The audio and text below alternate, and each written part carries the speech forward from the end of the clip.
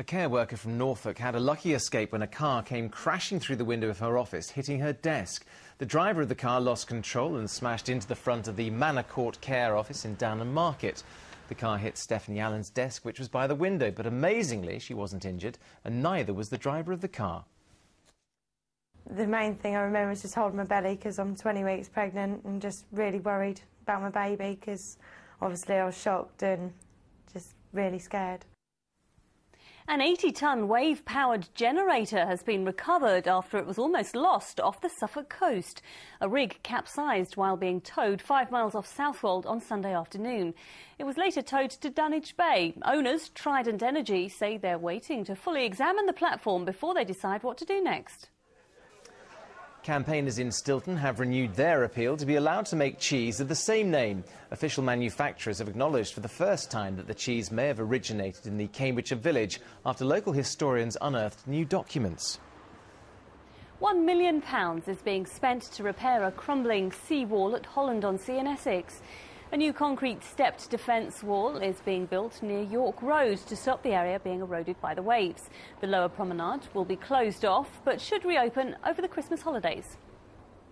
Well, on to sport now, and a second-half comeback saw Peterborough United clinch their first win of the season in the Championship. But for Ipswich, the wait for victory goes on. Here's David Gollery with the best of the weekend action. 3 goals, but only 1 point for Ipswich at Doncaster. Jack Colback had pulled them level before they fell behind again. Then suddenly hopes of the first win of the season, as first Tanis Priskin made it 2 apiece, before Lee Martin scored from close range. But it was another former Manchester United player, Quinton Fortune, who dashed those hopes. It finished 3-3, the worst start for Ipswich in 45 years. 3 goals and all 3 points for Peterborough against Reading. Aaron McLean seemed to have salvaged a draw as they came from 2-0 down, but then in injury time George Boyd popped up to seal the win. In League One, Norwich gave pace-setters Charlton a 2-goal start. When teenager John Joe Shelby got the Londoners second, any hope for City seemed to have disappeared. Wes Hoolahan nicked one back just before half-time. Then the 90 minutes were up when skipper Grant Holt headed home to make it 2-2. Penalties galore at Colchester as Aidy Boothroyd's first home match in charge ended in a win against Hartlepool. After missing the first one, Kevin Lisby made no mistake with the second, and then just after half-time, a different style but the same result, 2-0, enough to win. 5 goals at Brighton, the 3 that Southend scored secured the 3 points. Lee Barnard gave the Shrimpers the lead. Brighton pegged them back twice before another stoppage-time winner, Francis Laurent, the man who made it 3-2. David Gollery, Anglia News. Some good goals there. Right, firefighters in Essex rescued a stricken swan after it crash-landed in front of their fire engine and onto a busy main road. Officers were returning to base in Chelmsford when the bird belly-flopped onto the road. Well, they wrapped it up in a tunic and then to prevent it from lashing out. After that, they took it to the station. Well, the bird is now recovering at a swan sanctuary in Malden.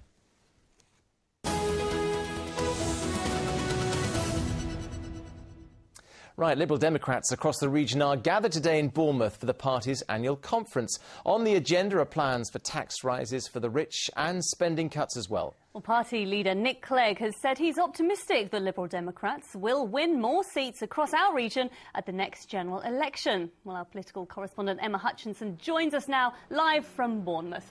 Emma, so where are the Lib Dems targeting in the East at the next election?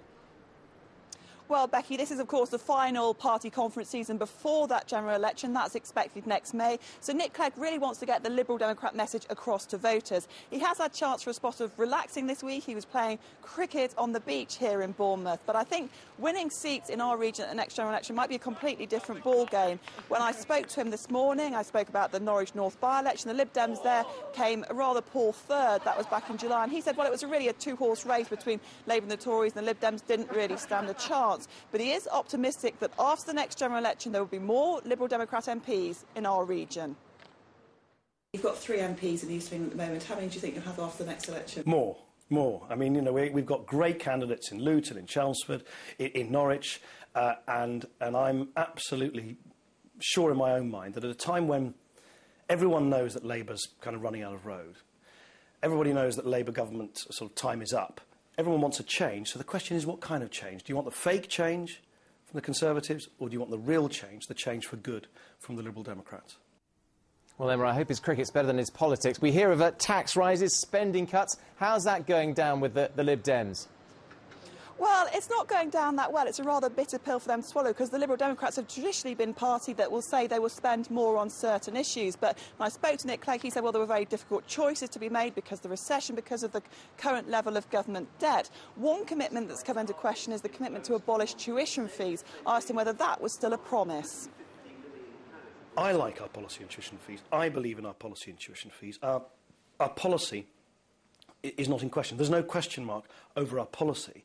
There is, of course, a question mark. It's the only question mark about whether, in this new environment, we can afford, and when we can afford, to scrap tuition fees, because it'll cost a fair amount of money. So, still a commitment, but rather put on the back burner as to when he actually do it. So I'm not sure how well that will go down with students in places like Cambridge, Norwich, Colchester, other university towns across our region. I think over the next couple of weeks, though, during this party conference season, we'll see a lot of talk about difficult choices and about cuts in spending by all the party leaders. And Emma, before we let you go, the glorious evening there, before we go to our weather, what does a political correspondent get up to in an evening like tonight, then, after the day's work? Well, it is, well, we're straight off preparing for the next day. It is absolutely lovely weather here. There has been time for relaxing, time for Nick Clegg to play cricket on the beach. I'm not sure we'll see Gordon Brown next week in Brighton playing cricket on the beach, but I guess we'll have to wait and see. Oh. Emma, it's good to see them relaxing, actually, enjoying themselves. Thanks very much. Yeah, enjoy the evening. Exactly. Not all work for you, I'm sure. I'm sure you have 5 minutes to have a little gentle imbibe. They should have brought some shorts with them, shouldn't they? Surely, rolling up jeans and shirts, I don't know. I'm not sure, actually. What is the weather going to be doing over the next few days? Let's find out. Here's Amanda Houston.